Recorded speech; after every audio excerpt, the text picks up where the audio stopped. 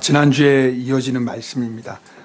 예루살렘의 유대인들이 예수님을 신성 모독했다고 돌을 던지고 돌을 던지려고 하고 예수님을 잡으려고 할 때 예수님께서 그들을 벗어나서 예루살렘을 떠나가셨습니다.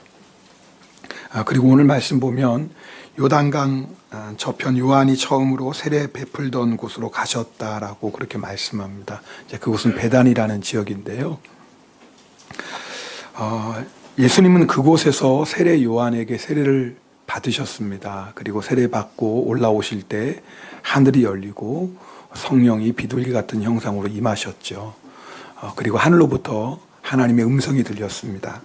이는 내 사랑하는 아들이요 내 기뻐하는 자라.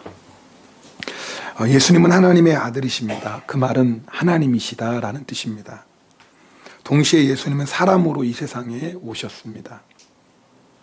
사람으로 이 세상에 오신 예수님은 우리와 똑같은 사람이셨기 때문에 우리가 겪는 슬픔도 아픔도 고통도 다 경험하셨고요. 또 마귀도 예수님을 유혹했던 거 여러분 다 아시죠? 유혹도 경험하셨고 그리고 죽음도 경험하셨습니다. 그래서 히브리서 4장 15절은 이렇게 말씀합니다. 우리에게 있는 대제사장은 우리의 연약함을 동정하지 못하실 리가 아니요 모든 일에 우리와 똑같이 시험을 받으시니로되 죄는 없으시니라. 예수님은 하나님이시면서 동시에 사람이십니다. 여러분 이 진리가 참 중요합니다. 예수님이 하나님이시면서 동시에 사람이시다. 왜냐하면 그래야만 우리의 구원자가 되실 수 있습니다. 이 진리는요 기독교 진리 가운데 핵심입니다. 기독교 이단들은 예수님이 하나님이신 것을 부정하든지 아니면 예수님이 사람이신 것을 부정했습니다. 그러나 성경은 예수님이 하나님이시며 동시에 사람이라고 우리에게 말씀하십니다. 왜냐하면 그래야지 우리의 구주가 되실 수 있습니다.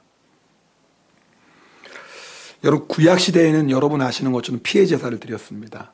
만약에 우리가 구약시대 유대인들이라면 오늘 교회 올 때 뭐 갖고 와요? 좀 소 데리고 양 끌고 오라 좀 무지하게 시끄러울 겁니다. 그죠? 네. 그러나 우리가 이제는 구약시대 제사를 드리지 않지만 구약시대에는 피해 제사를 드렸거든요. 제사를 드리는 사람이 먼저 제물로 드리는 양, 소 위에 안수합니다. 그것은 나의 죄를 전가하는 겁니다. 제물과 내가 동일시되는 겁니다. 사실은 죄를 지었기 때문에 내가 죽어야 되는데 나 대신에 누가 죽는 겁니다? 양이 죽는 것입니다. 여러분 이것을 대속 그렇게 얘기해요. 제물은 반드시 흠이 없어야 됩니다. 흠이 없어야지 제사 드리는 사람의 죄를 감당할 수 있기 때문에 그렇습니다. 만약 조금이라도 흠이 있는 제물이라면 그 제사는 무효했습니다. 그래서 하나님이신 예수님께서 이 세상에 오신 거예요. 우리의 구원자가 되시기 위해서는 흠이 없고 죄가 없으셔야 되는데 이 세상의 모든 사람은 다 죄인 아닙니까? 그래서 하나님이신 그분께서 죄가 없으시고 거룩하신 하나님께서 이 세상에 오신 것입니다. 그래야지 우리를 구원하실 수 있습니다. 그런데 왜 하나님께서 꼭 사람이 되셔서 오셨을까요? 사람만이 사람의 죄를 대신하기 때문에 그렇습니다. 히브리서 10장 1절 말씀 우리 함께 읽겠습니다. 히브리서 10장 1절입니다. 율법은 장차 올 좋은 일의 그림자일 뿐이요 참 형상이 아니므로 해마다 늘 드리는 같은 제사로는 나아오는 자들을 언제나 온전하게 할 수 없느니라. 이게 무슨 말씀이냐면요. 구약시대는 짐승으로 제사를 드렸어요. 네, 나의 죄를 그 짐승에게 양에게 전가해서. 그러나 그 제사는 온전한 제사일 수 없습니다. 왜냐하면 온전한 제사가 되려면 양이 죽어야 되는 게 아니라 누가 죽어야 돼요? 사람이 죽어야 되는 거예요. 그래서 사람만이 사람의 죄를 대신할 수가 있는 것입니다. 그래서 구약시대에는 장차 올 좋은 것, 하나님께서 우리를 구원하시기 위해서 보내주실 예수 그리스도를 의미합니다. 하나님께서 우리에게 보내실 구원자를 바라보고 제사를 드렸던 거예요.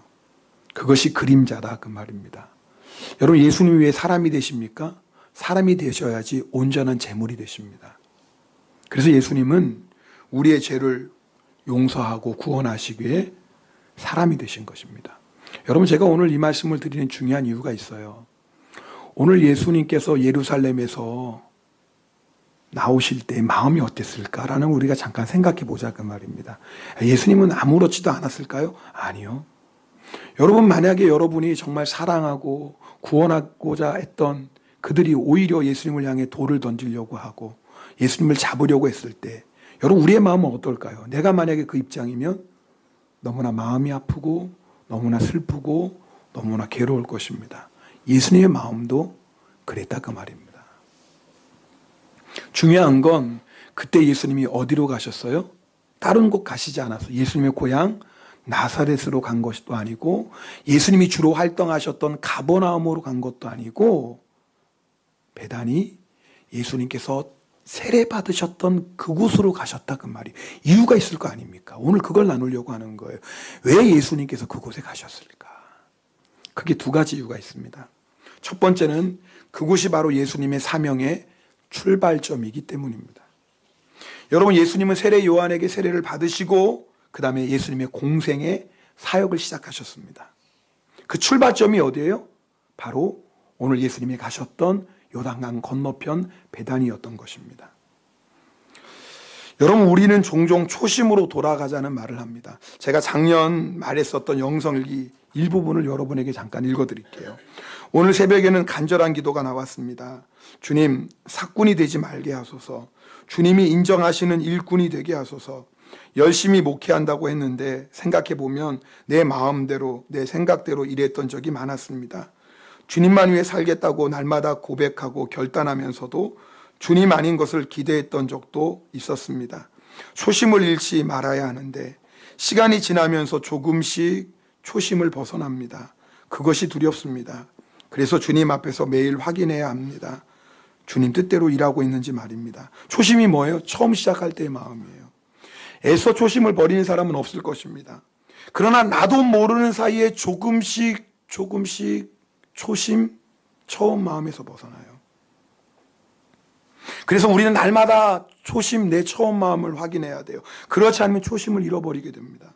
여러분, 초심이 왜 중요한 줄 아세요? 초심을 잃어버리면 변질되기 때문에 그렇습니다. 여러분, 목사가 초심 잃어버리면 뭐가 돼요? 사꾼이 됩니다. 변질되는 겁니다. 그러면 나만 죽는 게 아니에요. 다른 많은 사람들도 죽이는 자가 됩니다. 저는 그 유통기간이 지난 음식을 잘 안 먹습니다. 여러분 어떠십니까? 우리 주부들은 아까워서 다 먹잖아요. 제가 그 이유가 있습니다. 아마 중학교 3학년 때인 것 같은데요. 유통기간이 지난 라면을 먹었습니다. 지금도 어떤 라면인지 기억이 날 정도입니다. 그런데요. 죄송합니다, 여러분. 좀 이따 식사하셔야 되는데 토하고 설사하고 고생도 정말 죽을 고생을 했습니다. 그 다음부터는요. 제가 음식을 볼 때마다 항상 제일 먼저 뭘 확인해요? 유통기간을 확인하는 버릇이 생겼어요. 이 트라우마 같은 거죠. 저에게는 유통기간이 지난 음식이. 지금은 그런 일이 없지만 아주 예전에는 성도님들이 가끔씩 음식을 주실 때 보면 제가 받으면 항상 뭐 한다고 나도 모르게 유통기간, 이거 여러분 이해해 주세요. 근데 어떨 때는 성도님 유통기간 음식을 주실 때가 있어요. 뭐 이러지는 않았겠죠. 보니까 유통기간이 지났네. 먹기는 좀 그렇고 버리자니 아깝고 에이 목사님께 갖다 주자. 뭐 이런 사람은 없다고 저는 생각해요. 근데 이런 분이 있을 겁니다. 혹시나 믿음이 너무 좋아서 우리 목사님은 하나님이 지켜주시니까 유통기간 지난 거 먹어도 전혀 문제 없어. 뭐 이런 믿음으로 주실 수도 있어요. 근데 저는 아직 그런 믿음이 없습니다. 네. 그런데 또 생각하고 주셨는데 안 먹을 수도 없잖아요. 모르고 주신 그 마음이 귀한데. 그래서 어떡하냐면 저희 아내가 먼저 먹어봅니다. 그래서 아내가 먼저 먹고 제가 자세히 그 증상을 살핍니다. 그래서 아무 문제가 없으면 그 다음에 제가 먹습니다. 죄송합니다. 제가 그런 목사입니다. 네, 정말 하나님의 은혜로 이렇게 제가 쓰임받고 있는 것 같습니다. 여러분, 그 음식이 처음에는요 사람에게 영양가도 주고 힘도 주고 맛도 줬어요. 그렇게 좋았던 음식이 변질되면 사람을 아프게 하고요. 최악의 경우에는 생명까지도 위협합니다. 무서운 거예요, 변질이. 그런데 음식의 변질보다 더 무서운 게 있습니다. 변질된 음식은 육신만 아프게 할 뿐이에요. 그런데 변질된 믿음은 영원한 생명을 위협합니다. 여러분, 우리 예수님이 왜 바리새인들과 서기관들을 그렇게 증명하셨을까요? 그들의 믿음은 하나님이 기뻐하는 믿음이 아니었어요. 변질된 믿음이었어요. 우리 한번 이 말씀 길지만 함께 읽겠습니다. 마태복음 23장부터 나오는 말씀인데요. 같이 읽습니다. 화 있을진저 외식하는 서기관들과 바리새인들이여, 너희는 천국 문을 사람들 앞에서 닫고 너희도 들어가지 않고 들어가려 하는 자도 들어가지 못하게 하는도다. 화 있을진저 외식하는 서기관들과 바리새인들이여, 너희는 교인 한 사람을 얻기 위하여 바다와 육지를 두루 다니다가 생기면 너희보다 배나 더 지옥 자식이 되게. 여러분, 얼마나 무서워요. 나도 천국에 안 들어가고 천국에 들어가는 사람까지 못 들어가게 해요. 변질된 믿음은 이렇게 무섭습니다. 그럼 우리가 꼭 지켜야 될 초심, 처음 마음 무엇일까요? 예수님을 만났을 때의 마음입니다. 여러분, 예수님을 처음 만났을 때 그 감격 기억하시죠? 예수님을 처음 만났을 때 그 기쁨 기억하시죠? 예수님 처음 만났을 때 그 눈물 기억하시죠? 정말 예수님 한 분이면 충분했던 그 마음. 근데 그게 우리 초심이거든요. 그거 잃어버리면 안 돼요.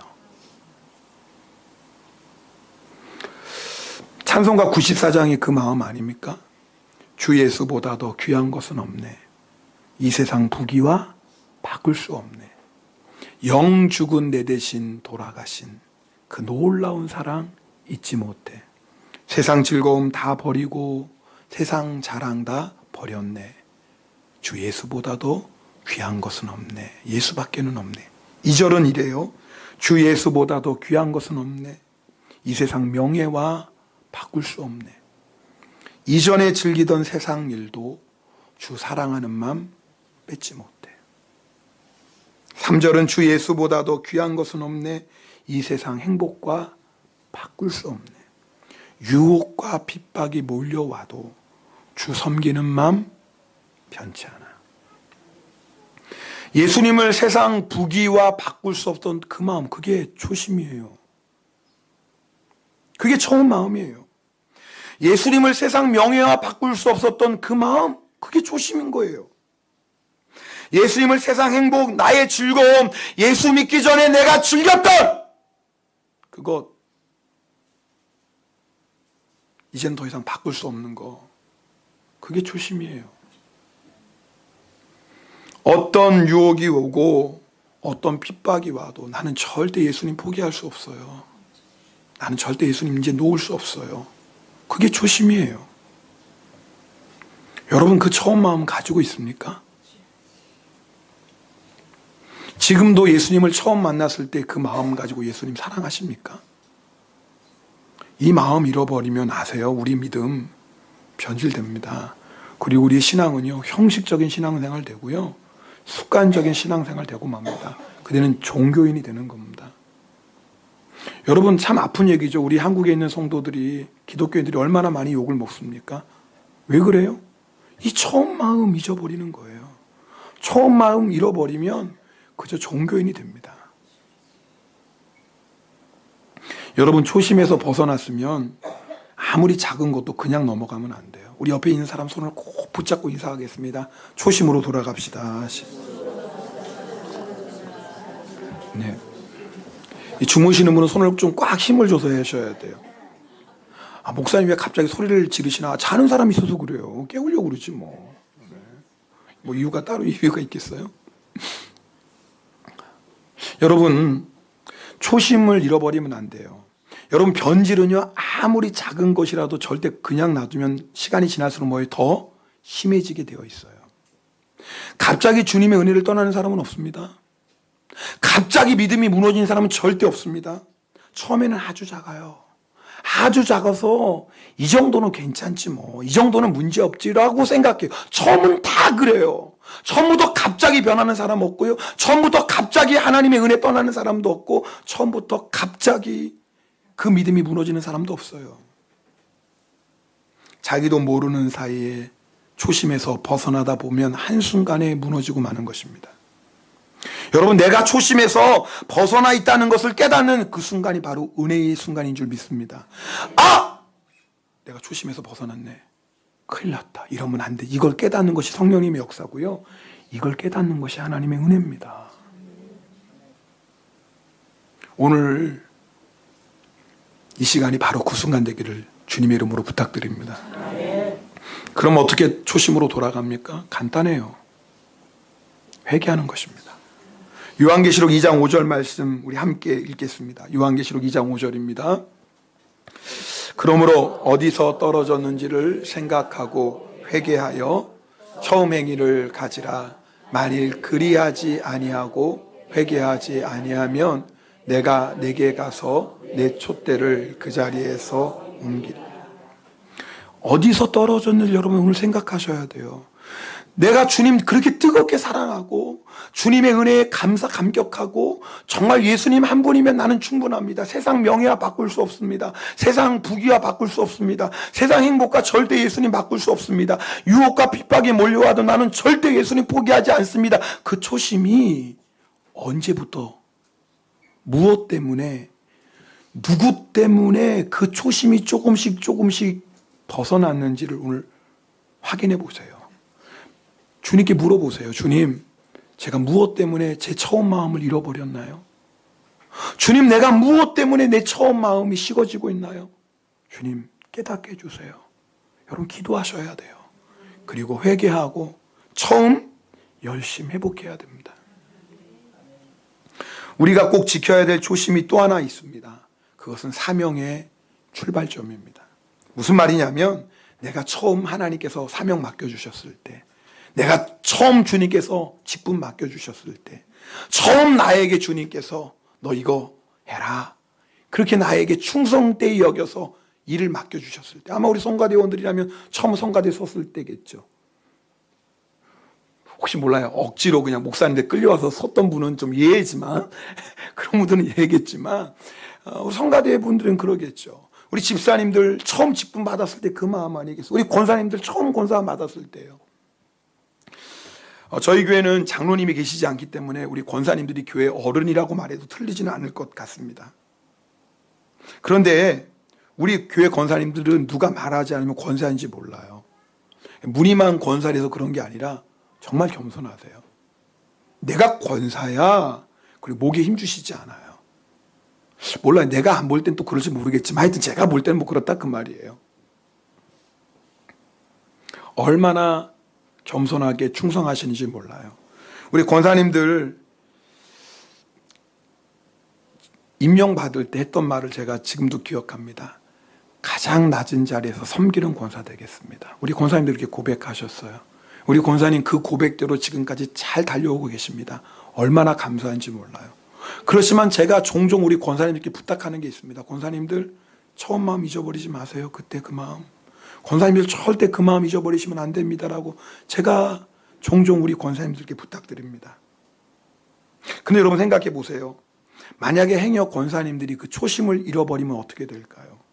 교회를 든든히 세웠던 분들이 교회를 힘들게 하는 분들이 될 겁니다. 초심을 잃어버리면 성도님들에게 위로를 주고 격려를 주었던 우리 권사님들이 반대로 성도님들에게 상처를 주고 낙심을 주는 분들이 될 겁니다. 하나님의 영광을 나타냈던 분들이 하나님의 영광을 가리는 분들이 될 겁니다. 그래서 초심을 잃어버리면 안 돼요. 초심을 잃어버리면 무서워요. 여러분 주님께서 사명 맡겨주실 때 여러분 어떤 마음으로 사명 받으셔서 이렇게 기도하지 않으셨습니까? 주님, 저 같은 죄인이 어떻게 이 사명을 감당할 수 있습니까? 저는 지혜도 없고 힘도 없습니다. 저는 자격 없는 사람입니다. 그런데 이렇게 부족하고 연약한 자를 충성스럽게 여겨 귀한 사명 맡겨주시니 감사합니다. 제가 다른 사람보다 잘나서 이 사명 맡겨주신 것 아니라 오직 하나님의 은혜임을 한순간도 잊지 않겠습니다. 주여, 이 은혜에 감사하며 겸손하게 섬기겠습니다. 누가 알아주든 알아주지 아니하든 오직 주님만 바라보고 충성하겠습니다. 모든 영광은 오직 주님께만 돌리고 이름도 없이 빛도 없이 겸손하게 섬기겠습니다. 아무리 힘들고 어려운 상황에서도 주님이 맡겨주신 사명에 충성하겠습니다. 여러분, 이 마음으로 직분 받지 않으셨어요? 여러분, 그 마음 놓치시면 안 돼요. 여러분, 빌립보 교회를 든든하게 세웠던 두 충성된 일꾼이 있습니다. 유오디아와 순두계입니다. 그런데 이 두 사람이 교회의 디딤돌과 같았던 이 유오디아와 순두계가 서로 갈등하고 대립하고 싸웁니다. 교회의 디딤돌이었던 사람들이 교회의 걸림돌이 되고 맙니다. 교회의 하나됨을 가로막는 사람들이 되고 맙니다. 예수님의 몸된 교회를 갈라지게 하는 사람들이 되고 말았습니다. 로마 감옥에 있던 바울 사도가 얼마나 안타까웠는지 편지를 쓰면서 이렇게 하소연합니다. 내가 유오디아를 권하고 순두계를 권하노니 주 안에서 같은 마음을 품으라. 내가 부탁한다. 성도 여러분, 이것이 어찌 권사님들께만 해당되는 얘기겠어요? 우리 모두에게 해당되는 얘기 아닙니까? 여러분은 지금 어떤 마음으로 주님이 주신 사명 감당하고 있습니까? 주님이 나 같은 자에게도 사명을 맡기셨다는 그 감사 있습니까? 주님이 맡기신 사명 내가 잘 감당하겠다는 그 결단과 헌신 있습니까? 행여나 나의 게으름과 나의 죄로 인하여 교회와 성도들에게 눈을 끼치고 하나님의 영광을 가리지 않을까라는 두렵고 떨리는 마음 지금도 있습니까? 이 사명 잘 감당하면 주님 앞에 섰을 때 착하고 충성된 종이라 칭찬하시고 상급 주고 면류관 주신다는 그 소망 지금도 그거 가지고 있습니까? 만약에 이 감사, 이 결단과 헌신, 이 두렵고 떨리는 마음, 이 소망이 식어졌다면 방법이 없어요. 초심으로 돌아가야 돼요. 예수님은요, 처음 마음을 잊으신 적이 없습니다. 그럼에도 불구하고 예수님은요, 사명의 출발점을 다시 찾아가셨어요. 왜요? 예수님께서 이 땅에 오신 목적, 십자가 지고 죽으시는 그 사명을 다시 한번 든든히 붙잡기 위해서 베다니로 다시 가신 겁니다. 만약 예수님께서 그 초심을 잃어버리셨다면 어떤 일이 일어나겠어요? 예수님 십자가 지시지 않았고요. 우리의 구원도 없습니다. 우리 예수님께서 초심 변치 않고 끝까지 십자가의 길을 가신 것이 얼마나 감사합니까?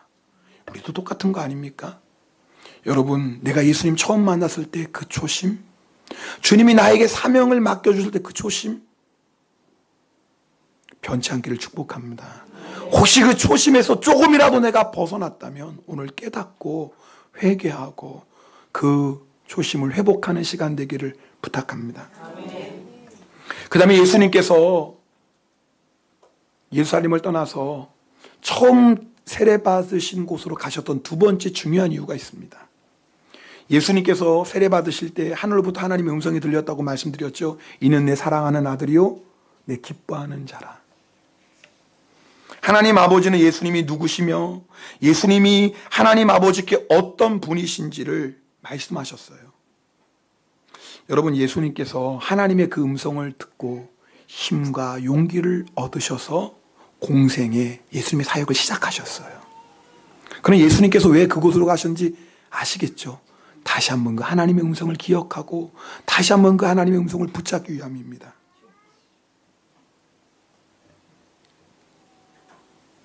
예수님은 하나님이신데 사람들은 예수님이 하나님이신 것을, 하나님의 아들이신 것을 인정하지 않았어요. 오히려 그 예수님을 향해서 돌을 던져 죽이려고 합니다. 그때 예수님께서 처음 세례받던 그곳으로 돌아가셔서 다시 하나님의 음성을 듣는 겁니다. 너는 내 사랑하는 아들이라. 여러분, 세상 사람들이 다 예수님을 인정하지 않고 예수님을 향해 돌을 던진다고 할지라도 하나님 아버지께서 너는 내 사랑하는 아들이라 말씀하시면 그럼 되는 거예요. 여러분, 세상 사람들이 우리를 인정하지 않고 알아주지 않고 오해해도 하나님이 우리를 향해서 너는 내 사랑하는 아들이다, 너는 내 사랑하는 딸이다 라고 말씀해 주시면 되는 거예요. 여러분, 우리는요 그 하나님의 음성을 들을 때 힘을 얻고 용기를 얻습니다. 예수님의 힘과 용기는 하나님의 말씀이었어요. 예수님의 위로는 하나님의 말씀이었어요. 예수님의 소망은 하나님의 말씀이었어요. 모든 사람이 예수님을 인정하지 않고 오히려 모든 사람이 예수님을 향해 돌을 던진다 할지라도 하나님 아버지 한 분만이라도 예수님을 아시고 너는 내 아들이라고 말씀하시고 인정하시면 그것으로 충분했습니다. 예수님께서 사랑하시고 그들에게 말씀을 전하시고 그들에게 많은 표적을 행하셨을 때 그들이 보답한 것은 뭐예요? 미움이었어요. 불신이었어요. 예수님을 죽이려고 했어요. 여러분, 그러나 그 예수님의 마음의 상처와 아픔, 여러분, 그 상처와 아픔은요 하나님의 음성 한마디면 해결되는 거예요. 내가 너를 기뻐하노라. 여러분, 오늘 이 예배 시간에 왜 오셨습니까? 하나님의 음성 들으러 오셨잖아요. 저는 오늘 여러분이 하나님의 음성 듣기를 간절히 원합니다. 여러분이 어떤 실망과 어떤 낙심과 때로는 어떤 어려움 가운데 왔다 할지라도 오늘 하나님의 음성 들으면 돼요. 한마디만 들으면 돼요. 그럼 그 하나님의 음성이 우리를 살리십니다. 여러분, 사실 다 경험하셨잖아요. 내가 너무 힘들고 지치고 낙심할 때, 정말 일어설 용기조차 없을 때 하나님이 한 말씀 하셨잖아요. 내가 너 사랑한다. 내가 너와 함께한다. 여러분, 그 하나님의 음성 한마디에 힘이 나셨잖아요. 용기 얻으셨잖아요. 때로는 사람들이 나를 오해해요. 나는 정말 사랑으로 섬겼어요. 정성을 다해 섬기고 베풀었어요. 그런데 오히려 그 사랑의 보답은 비난이고 오해고 조롱이 올 때, 여러분, 그때 우리의 마음은 정말 무너지지 않습니까? 그때 우리의 마음을 누가 알겠습니까? 그때 여러분 어떻게 하십니까? 이 사람 붙잡고 내 마음 알아달라고 그러고 저 사람 붙잡고 하소연하십니까? 그게 아니었다고, 그건 오해라고, 그건 틀린 거라고, 내 마음은 절대 그런 게 아니라고 여러분 사람 붙잡고 하소연하십니까? 그러지 마세요. 그러면 더 비참해지는 거 아십니까? 사람의 말이 잠깐은 우리에게 위로를 줄 수 있죠. 잠깐은 우리의 마음이 시원할 수 있습니다. 그러나 우리 마음 깊은 곳에 있던 우리의 아픔과 상처를 치유할 수 있는 것은 주님의 음성밖에 없는 줄 믿습니다. 물론 하나님은 사람을 통해서 쓰십니다. 이 말씀 오늘 잘 들으셔야 돼요. 예를 들어서 내가 너무나 낙심하고 절망하고 있을 때 목사님을 통해서, 목사를 통해 여러분 위로할 수 있어요. 집사님 힘내세요. 하나님 집사님 사랑하십니다. 하나님이 집사님과 함께 하십니다. 절대 하나님 집사님 떠나지 않아요. 집사님 하나님 바라보면서 힘내세요. 여러분 물어볼게요. 목사가 위로한 겁니까? 네, 물론 목사가 통로가 된 거죠. 그런 의미에서 목사에게 고맙다고 말할 수 있습니다. 그러나 여러분 꼭 기억하셔야 돼요. 목사는 단지 도구요, 통로가 됐을 뿐이지 누가 위로한 겁니까? 하나님이 하신 겁니다. 그래서 목사 의지하면 안 되는 거예요. 이 사람이 나를 위로했다고 그 사람 의지하는 순간에 넘어집니다. 왜요? 하나님이 그 사람을 쓰셨을 뿐입니다. 물론 그 사람에도 감사해야죠. 왜요? 그 사람이 하나님의 감동에 순종해서 우리의 통로로 쓰임 받았으니까 그 사람에게도 감사해야 되지만, 그러나 우리가 정말 감사해야 될 분이 누굽니까? 하나님이십니다. 할렐루야. 여러분, 누가 우리가 힘들 때 도와줄 수 있어요? 그렇죠? 사람이 통로가 되어 우리 도와주잖아요. 내가 너무 힘들고 어려울 때 이 사람이, 때로는 이 집사님이, 저 권사님이 우리를 도와줘요. 너무나 감사하죠. 그래서 우리는 집사님 고마워요, 권사님 감사해요. 당연히 여러분 인사해야 됩니다. 왜요? 그분이 통로가 되고 도구가 되셨으니까. 그러나 한순간도 잊지 말아야 됩니다. 그 사람 의지하면 안 됩니다. 누가 역사하신 거예요? 그 사람을 통해서 하나님 역사. 하나님은 항상 사람을 통해 역사하십니다. 그래서 우리가 인간관계에 막히면 안 되거든요. 하나님은 사람을 통해 역사하시기 때문에 사람을 통해 위로하시고, 때로는 사람을 통해 우리에게 도움을 주시고, 때로는 사람을 통해서 우리를 격려하시기 때문에, 그러나 우리는 늘 잊지 말아야 됩니다. 궁극적으로 우리를 위로하시고 우리를 도우시고 우리를 일으켜주시는 분은 누구예요? 하나님 한 분입니다. 그러므로 이럴 수는 있어요. 내가 힘들고 낙심할 때 누가 내게 와서 집사님 힘내세요, 용기 내, 이럴 수는 있어요. 내가 어려움을 당해서 주님 앞에 기도할 때 누가 나에게 와서 집사님 힘내세요, 도와줄 수 있어요. 그러나 거꾸로 되면 안 돼요. 지금 무슨 말씀인지 아시겠어요? 거꾸로 되면 안 돼요. 내가 이 마음 어디 좀 위로받고자, 어디 이 마음 좀 누가 좀 알아달라고, 이 억울하고 답답하면 누가 좀 들어달라고 이 사람 저 사람 찾아다니지 마세요. 그건 사람 의지하는 겁니다. 비참해집니다. 내가 어려움 나갈 때 이 사람이 좀 도와줄까? 저 사람이 좀 도와줄까? 이 사람에게 좀 힘을 얻을까? 이 사람 저 사람 찾아다니지 마세요. 그건 사람 의지하는 겁니다. 우리에게 필요한 것은 하나님의 음성입니다. 그분의 음성만이 우리를 위로하시고, 그분의 인성만이 넘어졌던 우리의 인생을 다시 일으켜 주시고, 그분의 음성만이 우리에게 다시 하나님의 사명을 향해 달려나갈 수 있는 힘과 용기를 주십니다. 그 음성을 들어야 돼요. 여러분 힘들고 지쳐서 쓰러진 분이 있습니까? 그렇다면 문제는 다른 게 아니에요. 지금 주님의 음성이 필요해요. 오늘 예배 시간에 그 음성 들으셔야 돼요. 내가 교회 올 때는 내 마음이 낙심하고 걱정과 염려 가운데 짓눌려 있었는데, 오늘 예배 드리다가 때로는 찬양하다가 기도 가운데 설교 가운데 하나님의 음성 들으셔야 됩니다. 그 음성 들으시면 교회 나갈 때는 내 마음에 강하고 담대함이 오고, 사람이 주지 못하고 세상에 주지 못하는 하늘의 평강과 기쁨이 임합니다.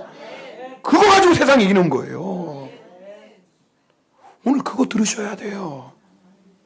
오늘 여러분 절대 그냥 가시면 안 됩니다. 오늘 한마디라도, 딸아, 내가 너 사랑한다. 아들아, 내가 너 사랑한다. 내가 너 도와준다. 내가 너와 함께하고 있다. 내가 너를 인도하리라. 한 음성이라도 듣고 가셔야 됩니다. 제가 어제 있었던 일 잠깐 간증하게, 아마 하나님은 오늘 이 설교에 있어서 또 그런 간증권을 주신 것 같아요. 요즘 대신방 기간에서 토요일 날도 신방을 하게 됩니다. 제가 보통 토요일 날은 이렇게 조금 평소보다 좀 더 잠을 자는 날입니다.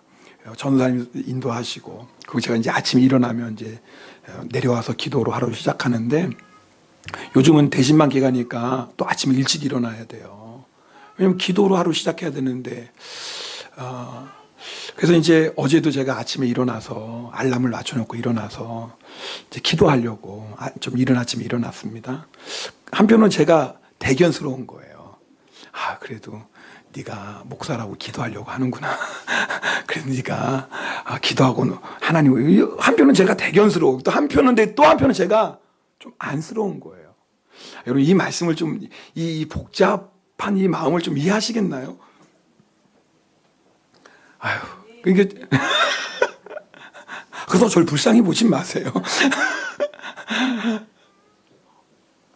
불쌍하다는 게 아니라 좀 이렇게 그런 게 복잡한 마음이에요. 그런 마음으로 제가 이제 기도하려고 내려오는데 갑자기 주님이 저에게 한 말씀 하시는 거예요. 내가 다 보고 있다. 제 마음에 내가 다 보고 있다. 그런데 주님이 그 한 말씀을 저에게 하시는데요, 갑자기 가슴이 콱 막히고요, 눈물이 핑 돌면서, 하나님 날 보고 계시네. 이게 부족하고 연약한 자인데도 그래도 주님의 뜻대로 한번 살아보려고 하고, 그래도 한번 주님 의지하려고 하고, 그래도 내가 기도해 보려고 막 몸부림치고 주님 의지하는 그거 하나님이 다 보고 계시네. 제가요 얼마나 힘이 나고요, 얼마나 위로가 나든지요, 할렐루야 하면서 내려왔다니까요. 여러분 사실 저만 경험한 게 아니라 여러분 이미 다 경험하고 계신 일 아닙니까? 그게 중요한 건 지금도 그 음성 듣고 있느냐 그 말이에요. 여러분 오늘 그 음성 들으셔야 돼요. 오늘 이 예배 시간에 그냥 왔다 그냥 가시면 절대 안 됩니다. 사실은 지금도 하나님은 우리에게 말씀하세요. 아니요, 우리에게 말씀하고 싶어서 여러분 이 자리에 부른 거예요. 오늘 이 자리에 우연히 온 사람 한 사람도 없습니다. 하나님이 여러분을 사랑하시고 여러분을 얼마나 기뻐하시는지 그 하나님의 음성, 사람이 주지 못하고 세상이 주지 못하는 그 놀라운 위로와 평강과 기쁨, 우리가 쓰러지고 넘어졌지만 우리를 다시 일으켜주시는 힘과 용기, 어떤 문제를 만나도 넉넉히 이길 수 있는 그 강하고 담대함, 그거 주시려고 오늘 부르셨어요. 그게 언제 생겨요? 하나님의 음성 듣기만 하면 돼요. 그래서 우리 예수님이요, 다시 첫 하나님의 음성 들었던 그곳에 가셔서 하나님의 음성을 듣고요, 하나님의 음성을 들으신 예수님 다시 예루살렘으로 올라가세요. 다시 우리 예수님 예루살렘으로 올라가세요. 저는 오늘 이 자리가 그 자리가 되기를 축복합니다. 내가 낙심하고 절망했는데 오늘 하나님의 음성 듣고 다시 힘을 내서, 그렇지, 하나님 나와 함께 하시는데 내가 뭐 걱정하고 염려할 게 어디 있어? 강하고 담대함으로 다시 주님 따라가고, 우리의 환경은 변하지 않고 내 삶의 문제는 여전히 있다 할지라도 모든 문제보다 크신 만군의 여호와 하나님이 나와 함께 계시는데 뭐 걱정하고 염려할 게 어디 있어요? 주님이 다 하실 텐데 우리는 그저 주님과 동행하고 주님께 순종하고 주님이 어떻게 역사하시는지 보기만 하면 되잖아요. 오늘 바로 그 시간입니다. 우리 하나님은 너를 지키시는 자, 우리 그 찬송 함께 부를 텐데요. 이 찬송 드리면서 하나님의 음성 듣기를 원합니다. 오늘 이 시간에 사람 보지 마시고 문제 보지 마시고요, 천지 지으신 여호와, 나를 창조하시고 나를 지키시고 지금도 나와 함께 하시는 우리 좀 주님을 바라보면서 이 찬송 부르실 때 이 찬송을 통해서 주님께서 여러분에게 반드시 말씀해 주실 줄 믿습니다. 또 이 찬송 부르신 다음에 함께 기도할 때 그 기도 시간 통해서 반드시 주님이 음성 들려주실 것을 믿습니다. 우리 기대하는 마음으로 찬양하며 나아갑시다.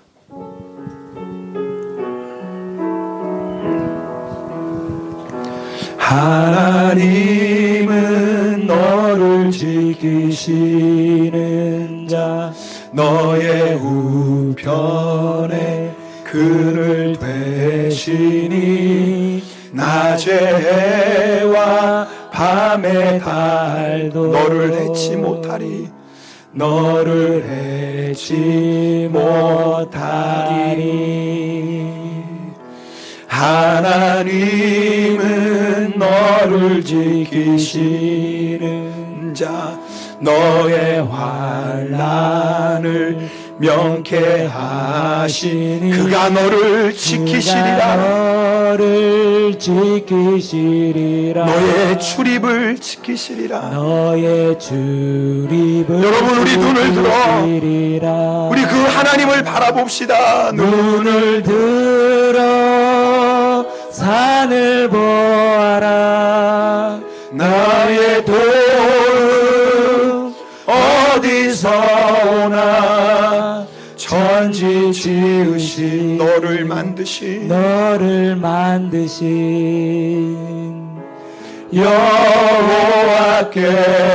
여호와께로다. 니온고데 산비시마스 주와 하나 다오 마모르 카타 미기노 테오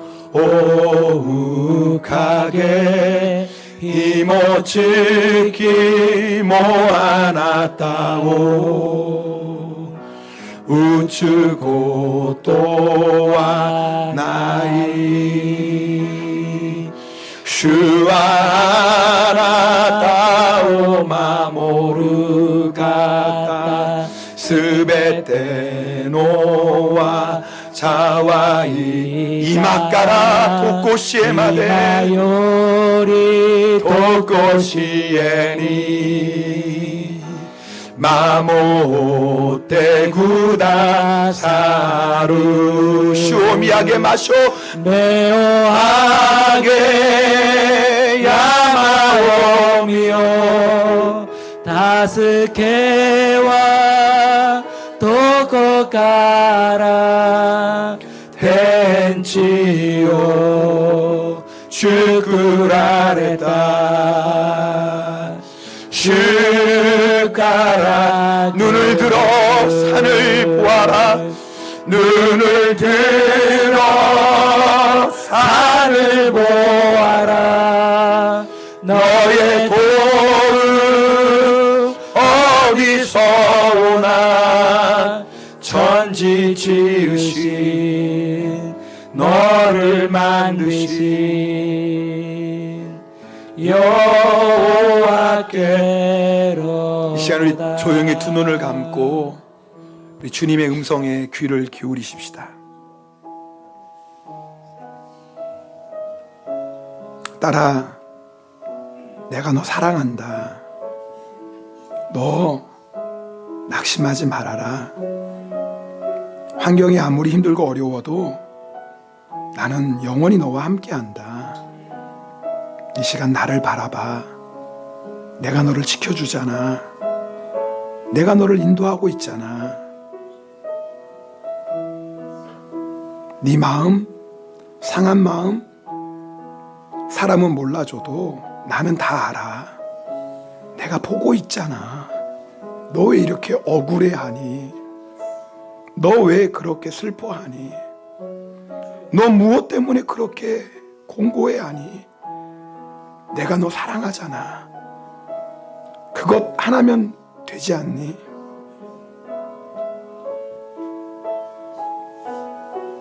내가 이 시간 너와 함께하고 있다. 눈을 들어 나를 바라봐. 천지 지으신 여호와, 내가 너를 붙잡아주고 있어. 내가 너를 도와주고 있어. 힘내. 너는 사랑하는 나의 아들이야. 너는 사랑하는 나의 딸이야. 나는 결코 너를 버리지 않고 너를 떠나지 않아. 그래서 네가 오늘 이 자리에 왔잖아. 힘내. 낙심하지 말고 흔들리지 마. 그러면 나의 영광을 내가 보게 될 것이야. 여러분, 우리 이 시간에 이 주님의 음성 붙잡고 다 함께 우리 목소리 높여 기도하겠습니다. 오 할렐루야. 사랑의 하나님 아버지.